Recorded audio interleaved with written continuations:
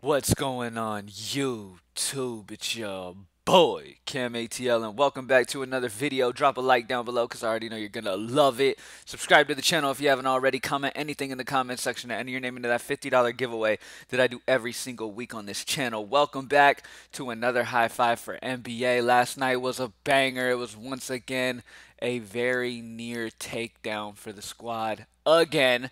This is like the 10th time we've gotten so fucking close to a takedown this year.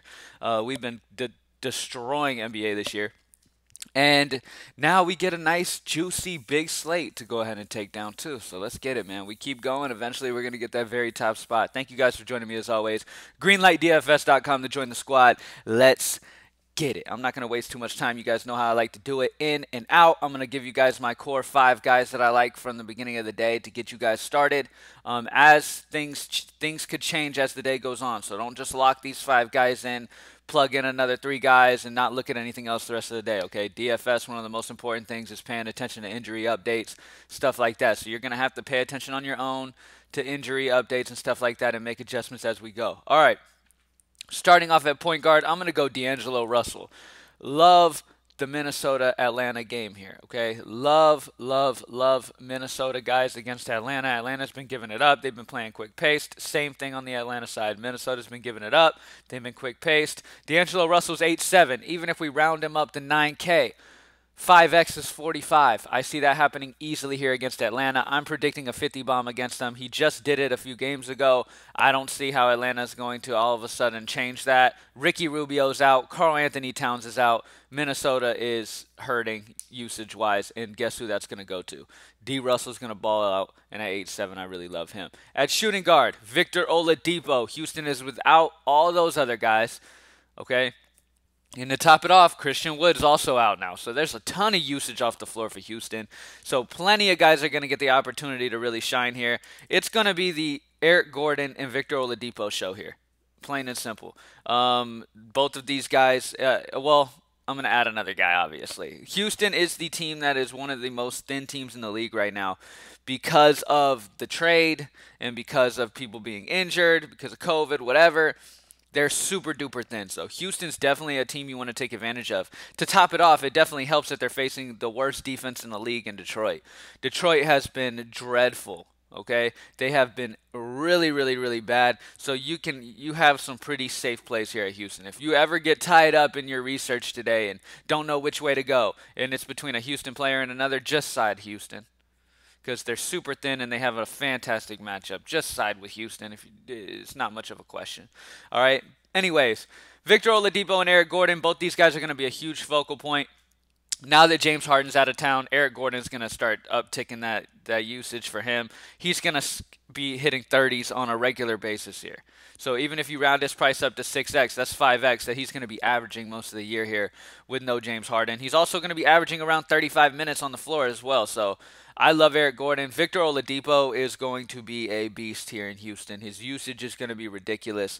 He's only 8K. They only raised him a few hundred from his 7-8 last game. He got a 44 against Phoenix, which, by the way, Phoenix is one of the best defenses in the entire league. Before that, against Chicago, he dropped 54. Expect another over 50 here out of Victor Oladipo, especially with Christian Wood out too. That's even more that Victor Oladipo is going to be asked to do. All right. Now, at power forward, I'm hoping this guy stays low owned, so shh. Lauri Markkanen at 6'6". I think Markkanen honestly has high 40s, low 50 potential here against Charlotte. Okay? Now, at first, I immediately was thinking Daniel Gafford, which is completely fine. With Wendell Carter off the floor, I started thinking about who's going to be the guy here with Gafford off the floor. Immediately, my first thought was Daniel Gafford with our boy Wendell Carter off the floor. All right? Now, don't get me wrong, Wendell Gafford's fantastic. He's only 3-1, might be one of the best values on the slate. Only 3-1, should get, if I had to guess, 20 to 25 minutes. And he normally averages like 0.80 fantasy points a minute or something like that. So he should easily hit value at 3-1. If you're looking for a safe value, like if you want to spend up on an extra stud here and you need a value guy that's 3-1, 3K, I mean, Gafford's your guy, okay? So by no means, by me putting Markkanen in, does that mean I don't like Gafford? I want to make that clear right now.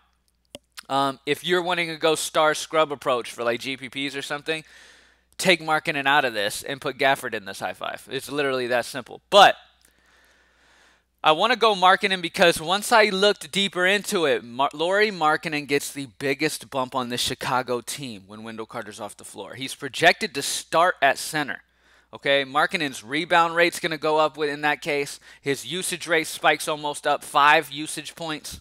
Okay, his fantasy points per minute are like over 1.35, something crazy like that. He's putting up stud numbers when Wendell Carter's off the floor because he's literally playing extra minutes at the 5. He's playing minutes at the 4. I love Lauri Markkanen here, and against Charlotte, it's a fantastic matchup as well. Love Lauri Markkanen. He just dropped a 47 against Dallas January 17th. I'm expecting a performance around that area here against Charlotte. And at 6'6", he's just too cheap, plain and simple. All right. At center, but remember Daniel Gafford, though. Remember I told you, Gafford's great. At center, this is obvious. I'm sure everybody in their grandmama's grandmama is saying DeMarcus Cousins is in play. Sometimes it's as simple as just locking the guy in, take the free square, and differentiate somewhere else. DeMarcus Cousins is way too much of a talent, especially with Wood out of this lineup, that you don't play him. Plain and simple, okay? Cousins could have 25 at halftime.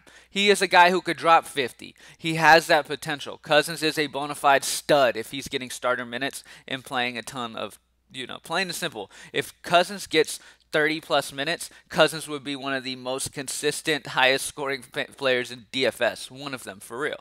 I don't know if you guys remember when he played on the Kings, where he used to be an absolute stud. He was a guy priced over 10K. Okay? DeMarcus Cousins is a monster. Going against Detroit, there's nobody here who can stop him. Detroit's defense is dreadful, like I said. Jeremy Grant is solid defensively, but there's no way he's going to be able to stop Cousins still. It doesn't matter. Love DeMarcus Cousins, and at 4-4, he's a free square, especially in cash games. In GPP, if you want to get off of him and go like a Gafford instead and get some extra money, screw it. It's GPP. Do whatever. But honestly, I'm going to prefer Cousins in GPP and cash because, in my opinion, he's got a crazy amount of upside, and he's got a crazy high floor, and he's super high owned in cash. He's a free square. What I mean by that is if Cousins goes out and gets a 5, he still won't be the reason you don't cash in cash games. All right, in single entry double ups, which I prefer people play majority of, put majority of your bankroll in single entry double ups. Okay, that is how you consistently make profit in DFS. Okay, but at the end of the day, it's up to you. Sprinkle in a couple cheap GPPs for that excitement of that top spot, because like last night, right? Last night single entry double ups were easy. If you didn't sprinkle any GPP, you didn't have that potential for the takedown. Or the huge night. One of my customers entered in $70 yesterday and won almost $1,500. You know what I mean? So yes, sprinkle a couple little GPPs in there, but don't go crazy. Go majority single entry double ups. All right. But yeah, Cousins against Detroit. I don't need to explain this much. I mean, at the end of the day, Cousins' ownership is probably going to be like 95%. Even if he gets a 5, he's not going to kill you. You can still cash easily in single entry double ups. Now in GPP, if he does that, it will kill you. Okay, but in single entry cash games, it won't. All right, and that's it. D'Angelo Russell with no Rubio, no Towns going against Atlanta. Victor Oladipo with everybody out for Houston, including Christian Wood now, going against one of the worst defenses in the league in Detroit. Eric Gordon, he's going to be a boss here. Even if you round him up to 6K, I'm seeing 36 or more here out of Eric Gordon in this one. Lauri Markkanen, like I said, I love Gafford. Remember that. I want to reiterate that. I love Gafford at 3-1 for a value today, but doing deeper research, Markkanen gets the biggest bump on this team when Wendell Carter's off the floor. On top of that, he's projected to start at center now with Wendell Carter out. That's going to upgrade his rebound rate. And he also gets almost 5-point usage rate bump. So Lauri Markkanen's on pace to be able to get a 40-plus here pretty easily. And at 6'6", I love him. And DeMarcus Cousins, lock him and throw away the key. Don't even fret it. It's one of those easy situations. You just put him in and move on. All right? Don't stress yourself. All right? GreenlightDFS.com. Join the squad, man. Thank you guys for joining me as always, man. Let's continue dominating this NBA season, man. It's been a blessing. It's been awesome. It's been fun. Let's keep going. Let's keep stacking up. Remember, use proper bankroll management, guys. Okay? We almost got a takedown last night. I understand. Okay? That guy who put in $70 and won $1,500, okay? He even came out and said that he is going to be withdrawing most of that and going back to playing the same amount that he's supposed to play. Just because you win a large amount doesn't mean the next day you go all in. Okay? Be smart, be consistent. It's about the long haul. It's about the long haul, making solid profit at the end of the year, not these little tiny moments and then screwing up and then, just stay consistent. It's really important in DFS. At the end of the day, all these guys, I love these guys. They all have a very valid reason to be in a lineup. But at the end of the day, Eric Gordon could sprain his ankle in the first quarter and take you out. And if you went all in, that screws you and you had no control over that. I have no control over that. Nobody does. Okay? So just be careful, play smart. Proper bankroll management is extremely important, all right? Only play about 10, 15% at the most of your bankroll that you're willing to play, that you have in your account, okay? If you have $1,000 in your account, play $100. You don't have to go wild. Play $100. That one little $100, you play majority single entry double ups, throw it a couple GPPs, you can end up pulling in $500, $600 if some of the GPPs go off too. A couple of the cheap ones. Even if you do single entry double ups, I mean, shit, making $100 in a night is good, y'all. If you're consistently making $100 in a night 7 days a week, that's $700 extra a week. That's $2,800 extra a month. That's most people's mortgages. Times 2 for some people's mortgages.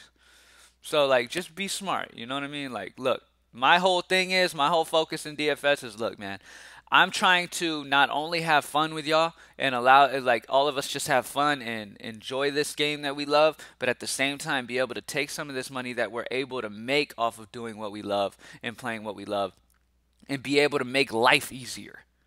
You feel what I'm saying? Pay that water bill, pay that electricity bill, pay some car notes. You know what I mean? Like, take some of that stress off your plate doing something that you love to do. You know what I mean? Because at the end of the day, that's super important. Life is short. So you got to do what you love doing. All right, you got to, take advantage of these moments in life that you get to do something that you love to do and have all this passion for, because that's what life's about, honestly. You know what I mean? So being able to make money doing something you love, like DFS, okay? You need to appreciate that and withdraw money after big nights. Withdraw a lot of it. Leave a little bit in there to bet with, and then grow that amount back up, and then withdraw again. And use that money for shit. Buy your girl something nice. Buy your kids something nice. Enjoy that money. All right? Thank you guys for joining me as always. Greenlightdfs.com. I'm out. Peace.